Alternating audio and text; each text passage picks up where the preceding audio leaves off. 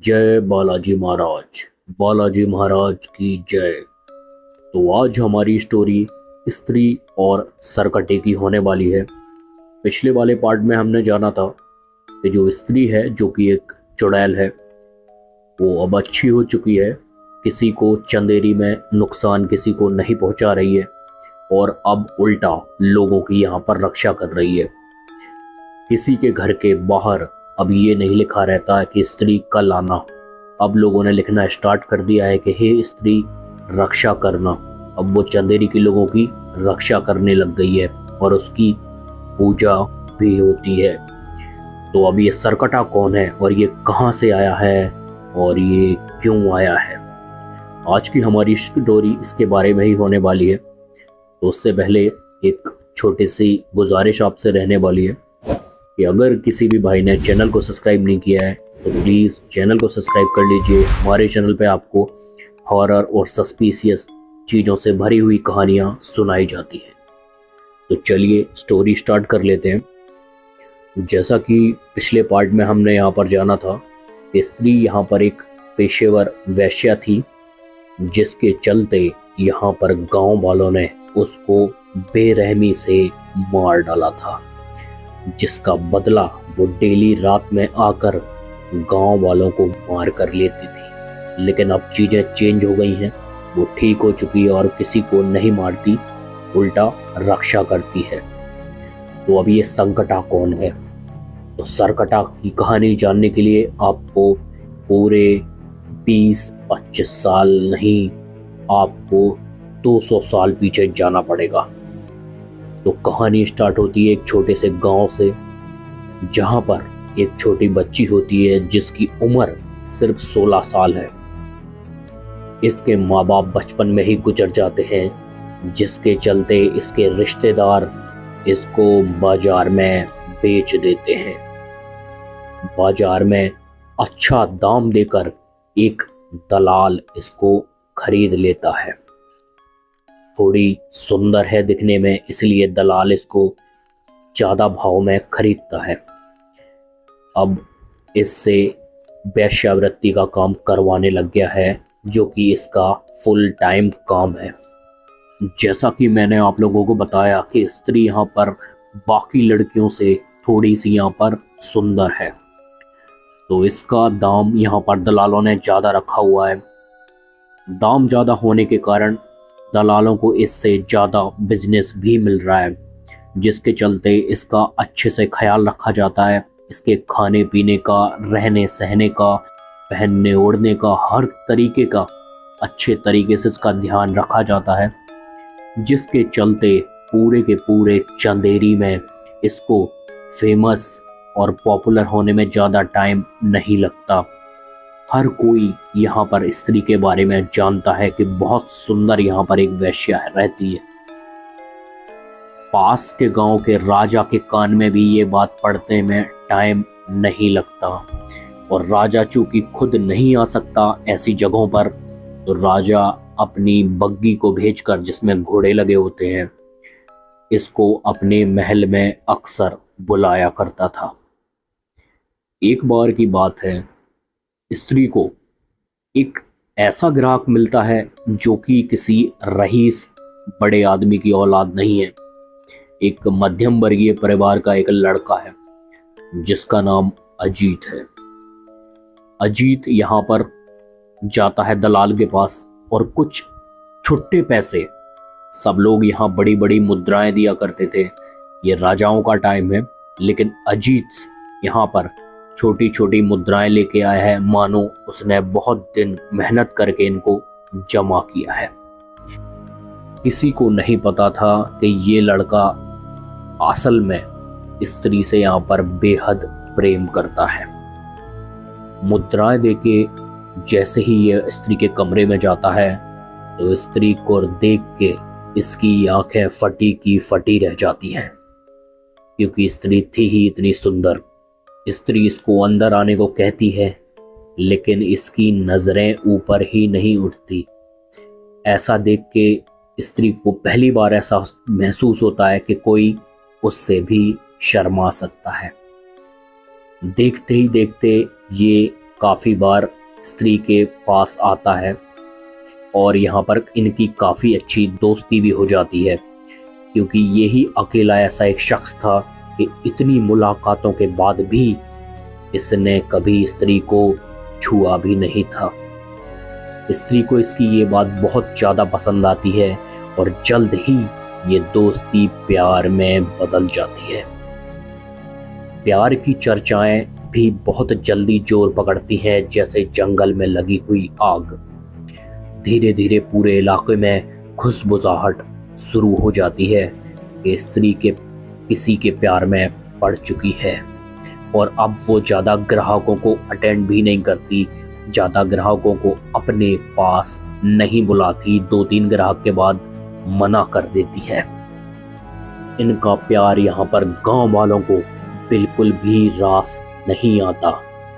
इनके जो रेगुलर ग्राहक हैं वो यहाँ पर बहुत ज़्यादा गुस्से में हैं क्योंकि अब स्त्री इनको मना करने लग गई है।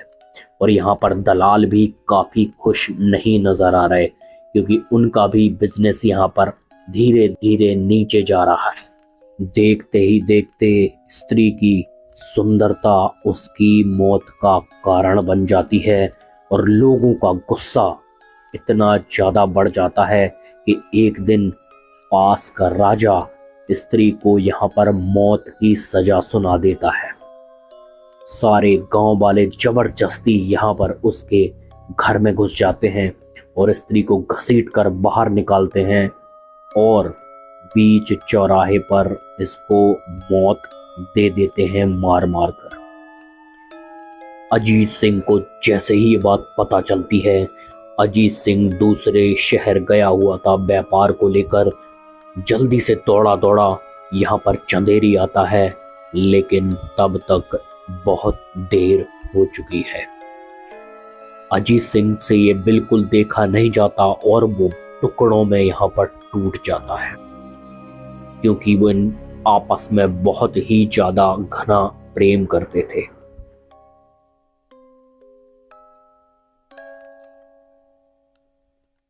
अजीत सिंह यहाँ पर थोड़ा सा पागल जैसा हो गया था, क्योंकि इतना प्यार करने वाला जब जाता है तो लोग पागल ही हो जाते हैं।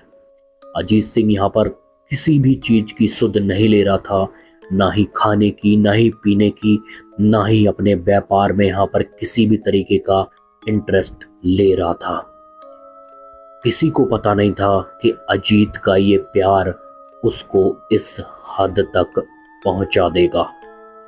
अजीत धीरे धीरे यहाँ पर काले जादू की तरफ बढ़ने लग गया था, क्योंकि किसी ने उसको बोल दिया था कि अगर तू अभी भी अपनी स्त्री को पाना चाहता है तो उसका सिर्फ एक ही यहाँ पर जरिया है, जो है काला जादू। अजीत को इस चीज से भी कोई गुरेज नहीं है कि वो काला जादू करे या कुछ भी करे, बस उसके तो मन में एक ही चीज थी कि उसको यहाँ पर स्त्री को पाना है, स्त्री को अपने पास चाहिए उसको। अजीत सिंह यहाँ पर काफी दिन काले जादू की प्रैक्टिस करता है और एक दिन यहाँ पर स्त्री की कब्र पर जाके स्त्री की आत्मा को जगा लेता है। स्त्री की आत्मा जैसे ही जगती है, उसमें बहुत ज्यादा गांव वालों के प्रति यहाँ पर आक्रोश है, और जिसके कारण यहाँ पर एक एक करके जो जो बड़े लोग उसकी हत्या में शामिल थे, उनकी मौत गांव में होने लगती है। और इनकी मौत जब होती है तो आस पड़ोस वालों को यहाँ पर स्त्री के होने का आभास बहुत ज़्यादा हो जाता है, जिससे उनको पता चल जाता है कि इन सारी मौतों के पीछे यहाँ पर स्त्री का हाथ है। ये बात राजा तक पहुँचती है और राजा यहाँ पर अपने गुप्तचरों द्वारा पूछवाता है कि क्या ये बात सच है, तो बात यहाँ पर सच निकलती है। राजा को यहाँ जानने में देर नहीं लगती कि इन सब के पीछे, स्त्री को जगाने के पीछे यहाँ पर अजीत सिंह का हाथ है। राजा तुरंत से आदेश देता है और यहाँ पर सिपाही तुरंत से जाके अजीत सिंह को पकड़ लाते हैं, क्योंकि अजीत सिंह को यहाँ पर गांव में हो चुकी 15 लोगों की मृत्यु का जिम्मेदार ठहराया जा रहा था। तो उसको कड़ी से कड़ी सजा देने का प्रावधान यहाँ पर पूरे गांव वाले मांग रहे थे। राजा उनको आश्वासन देता है कि आप चिंता मत करिए, इसकी मौत ऐसे होगी, स्त्री भी इसकी मौत को देकर थर्रा जाएगी। राजा दूसरे दिन चौराहे को सजवाता है और अजीत सिंह को बीच चौराहे पर लाया जाता है और गर्दन झुका के राजा खुद उसकी गर्दन काट देता है और आदेश दे देता है तुरंत से कि इसकी गर्दन को इसी चौराहे पर लटका दिया जाए जब तक इसको स्त्री ना देख ले। ये उसके लिए मेरा संदेश रहेगा।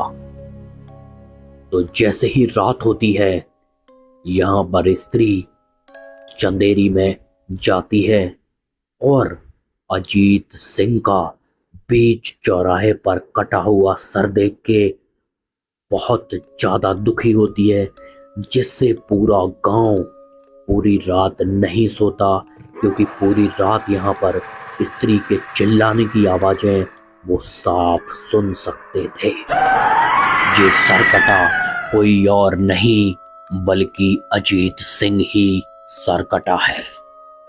जैसे ही सुबह होती है तो यहाँ पर पूरे गांव वाले चौराहे पर इकट्ठे हो जाते हैं और देखते हैं कि वहां पर ना ही अजीत सिंह का सर और ना ही उसका धड़, दोनों के दोनों वहां पर नहीं है। स्त्री उनको उठाकर ले गई थी और यहाँ पर अमावस की रात का इंतजार कर रही थी। लेकिन रात में एक और घटना को यहाँ पर अंजाम दिया जाता है स्त्री द्वारा कि राजा की पूरी यहाँ पर परिवार को वो रात में ही खत्म कर देती है, जिससे वहां का राजा का कोई भी वारिस नहीं बचता। स्त्री वहां के महल को अपने कब्जे में ले लेती है और वहीं पर रहने लगती है। इतना ज्यादा नाम होने के कारण कि वो बहुत ही खतरनाक चुड़ैल है, कोई दूसरा राजा और ये आदमी उस महल में घुसने की हिम्मत कभी नहीं करता। स्त्री यहाँ पर बहुत ज्यादा पावरफुल हो चुकी है, क्योंकि यहाँ पर उसने 15 लोगों का खून किया है और उससे उसकी आत्मा और ज्यादा पावरफुल यहाँ पर हो चुकी है। स्त्री यहाँ पर अमावस की रात को सरकटे यानी कि अजीत सिंह की लाश को रखकर यहाँ पर काला जादू करना शुरू कर देती है और अपनी शक्तियों के साथ।